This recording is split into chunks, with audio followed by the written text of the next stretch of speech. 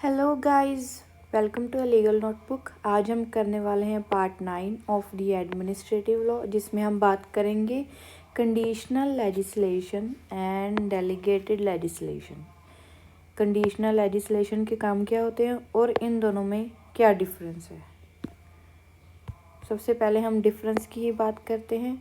Delegated legislation, तो जैसे आप सबको पता है कि डेलीगेटेड लेजिस्लेशन का काम होता है जो लेजिस्लेचर ने जो डिफरेंट अथॉरिटीज़ को डेलीगेट कर दिया होता है अपना काम, छोटी छोटी एक पार्टीज बनाकर, ऑफिसेस बनाकर उनमें काम को डेलीगेट कर दिया होता है, बांट दिया जाता है, उसे कहते हैं डेलीगेटेड लेजिस्लेशन। अब बात करेंगे कंडीशनल लेजिस्लेशन की। When a legislature concur a law making power or somebody by the legislative power is said to be delegated, and it is a case of delegated legislation। जैसे कि अब legislature है, कोई भी लेजिस्लेटिव अथॉरिटी होगी या legislature office होगा, वो अब उन पे बर्डन बहुत होगा काम का, उनके पास बहुत सारे काम होंगे करने के लिए। डिफरेंट टास्क को पूरा करने के लिए वो 3 पार्टीज बनाएंगे। वो तीनों ऑफिस को अपनी पावर्स को डेलीगेट करेंगे डिफरेंट टास्क को पूरे करने के लिए।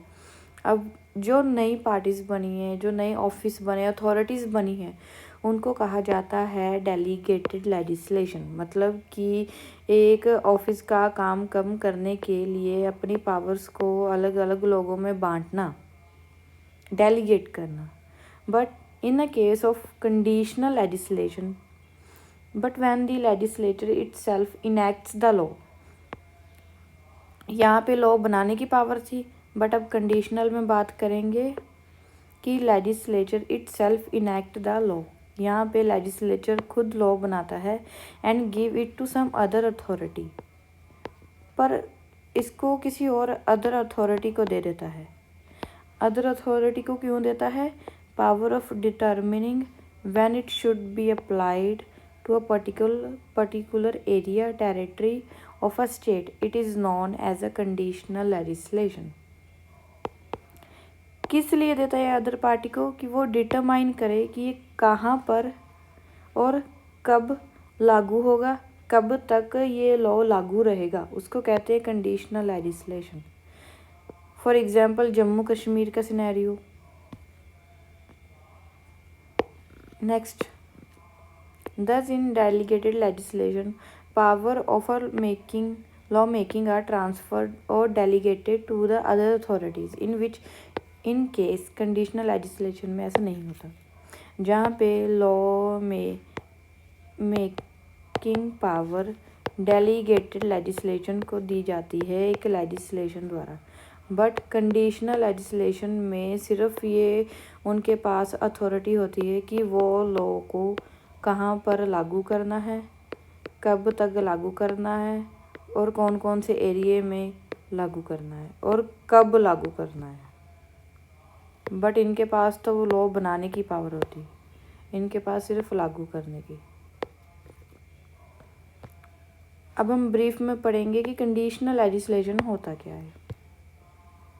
Conditional legislation has proved to be very useful mechanism in implementing the concept of welfare state.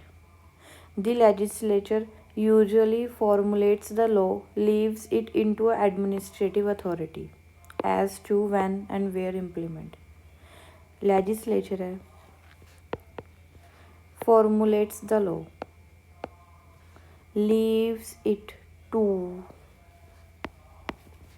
the administrative authorities as to when and where implement them। अब जो एडमिनिस्ट्रेटिव अथॉरिटी है, इनके पास कंडीशनल लेजिस्लेशन आ जाता है कि जो लॉ इम्प्लीमेंट हुआ है उसको कब और कहाँ पर लागू करना है। Conditional legislation takes place when the legislature empowers the executive to. अगर आपको मेरी आवाज़ से थोड़ी सी इरिटेशन हो रही है, प्लीज़ थोड़ा सा एडजस्ट कर लेना, क्योंकि मेरा नाक बंद है, इसलिए ऐसा हो रहा है, गला बैठा हुआ है।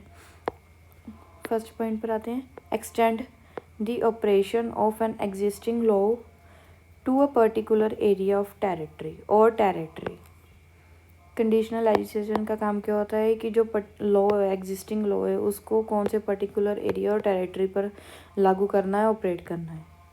Determine the time of application, determine the time of application of an act to given area. अब जिस एरिया में वो एक्ट लागू किया गया है उसके एप्लीकेशन देखने कितने टाइम तक चलेगा। Extend the duration of temporary act subject to maximum period fixed by the legislation. अब अगर किसी लेजिस्लेशन ने मैक्सिमम पीरियड फिक्स किया था, फिर भी ये उसकी ड्यूरेशन को एक्सटेंड कर सकते हैं किसी भी टेम्परेरी एक्ट की। Determine the extend and limit with in which it should be operated. अब जहाँ पर इनकी जुरिस्डिक्शन पड़ती है, जहाँ जहाँ पर इनको बनाया गया है, उस एरिया में ये चाहे उस लॉ को, उस एक्ट को एक्सटेंड भी कर सकते हैं, उसकी लिमिट भी देख सकते हैं। Introduce a special law if emergency like situation has arised in the opinion of government. अगर कोई एमरजेंसी लाइक सिचुएशन आ जाती है तो ये कोई भी स्पेशल लॉ भी बना सकते हैं, चाहे आपदा आ जाए, बाढ़ आ जाए, तूफान आ जाए, दंगे हो जाए, कुछ भी हो, ये तब एक स्पेशल लॉ भी इंट्रोड्यूस करा सकते हैं उस मौके को संभालने के लिए। डिफरेंस हमने कर लिया था पहले, मैंने डिफरेंस पहले किया था ताकि आपको पता लग जाए कि कंडीशनल लेजिस्लेशन और डेलीगेटेड में क्या फ़र्क है। उसके बाद आपको बताया कि अब कंडीशनल लेजिस्लेशन होता क्या है।